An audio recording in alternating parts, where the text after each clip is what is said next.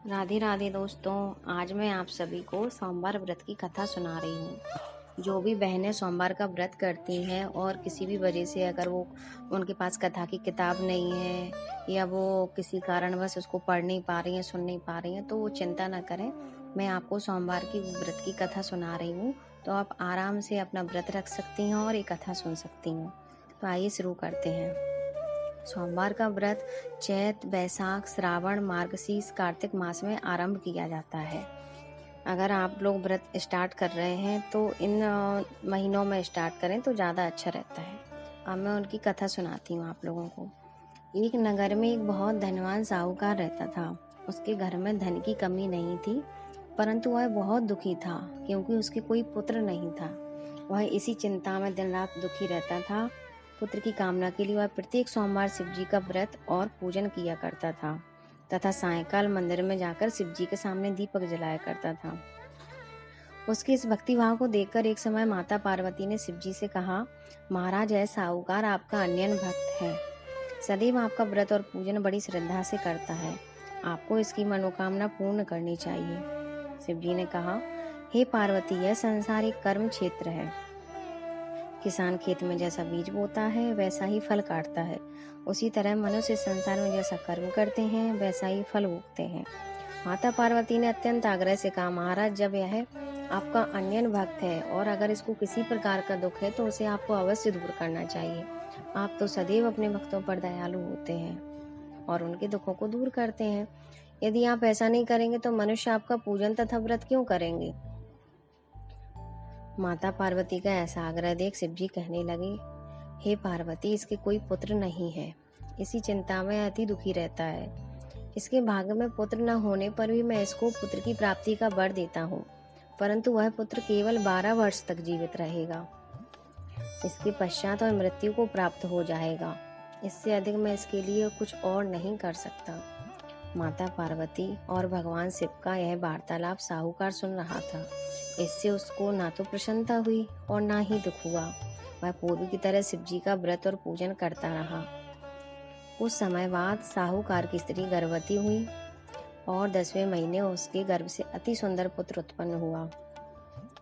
साहूकार के घर में बहुत खुशी मनाई गई, परंतु साहूकार तो यह जानता था कि उसकी केवल 12 वर्ष की आयु है, इसलिए उसने अधिक प्रसन्नता प्रकट नहीं की और ना ही किसी को यह भेद बताया। जब वह बालक 11 वर्ष का हो गया तो बालक की माता ने उसके पिता से उसका विवाह करने के लिए कहा। साहूकार ने कहा, अभी मैं इसका विवाह नहीं करूंगा, मैं अपने पुत्र को काशी पढ़ने के लिए भेजूंगा।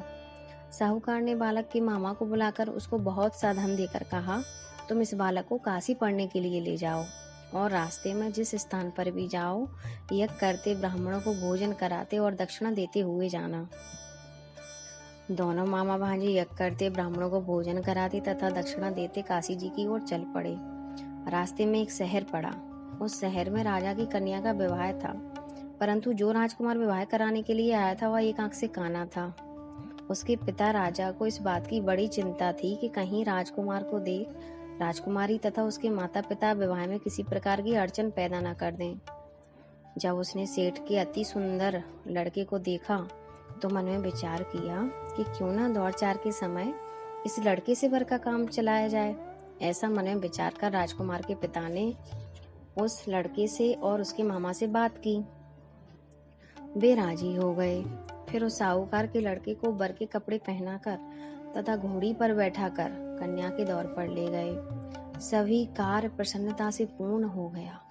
राजकुमार के पिता ने सोचा कि यदि विवाह कार्य भी इसी लड़के से करा लिया जाए तो क्या बुराई है। ऐसा विचार कर लड़के और उसके मामा से कहा, यदि आप फेरों और कन्यादान के काम को भी करा दें तो आपकी बड़ी कृपा होगी। मैं इसके बदले आपको बहुत सारा धन दूंगा। दोनों ने इसे सहर्ष स्वीकार कर लिया। विवाह कार्य बहुत अच्छी तरह से संपन्न हो गया। सेठ का पुत्र जिस समय जाने लगा तो उसने राजकुमारी की चुनरी के पल्ले पर लिख दिया कि तेरा विवाह तो मेरे साथ हुआ है, परंतु जिस राजकुमार के साथ तुमको भेजेंगे वह तो एक आंख से काना है, मैं तो काशी जी पढ़ने के लिए जा रहा हूँ।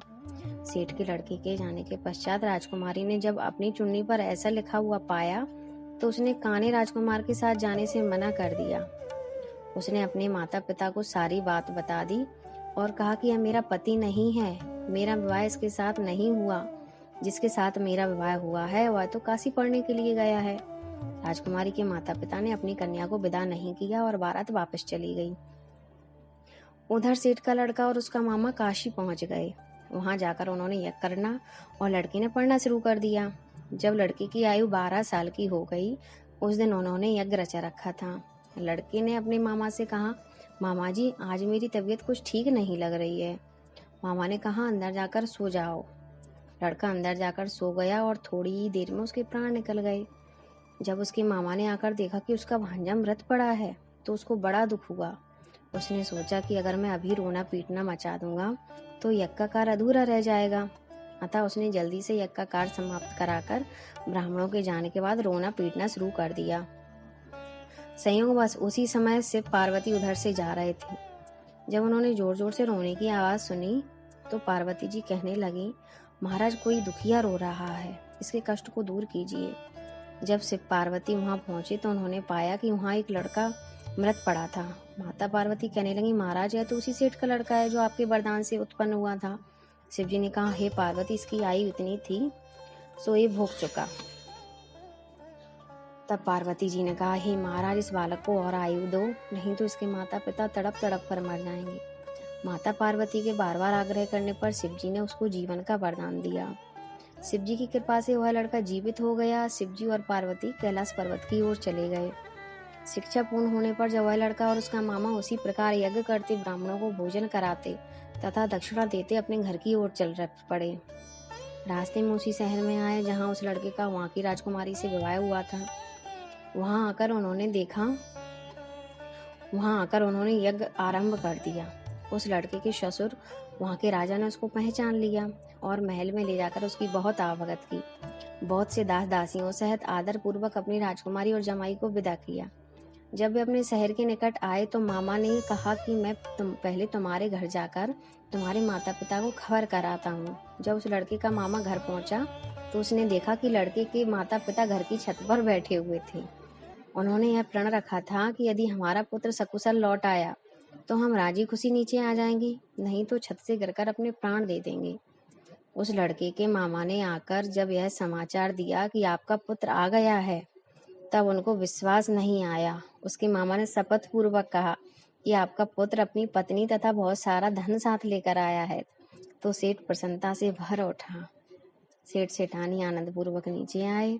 बाहर आकर उन्होंने अपने पुत्र तथा उसकी पत्नी का भरपूर स्वागत किया। सभी प्रसन्नता के साथ रहने लगे। जो कोई सोमवार के व्रत को धारण करता है अथवा इस कथा को पढ़ता है या सुनता है, उसके सब दुख दूर होकर उसकी समस्त मनोकामनाएं पूरी होती हैं। इस लोक में नाना प्रकार के सुख भोग कर अंत में सदाशिव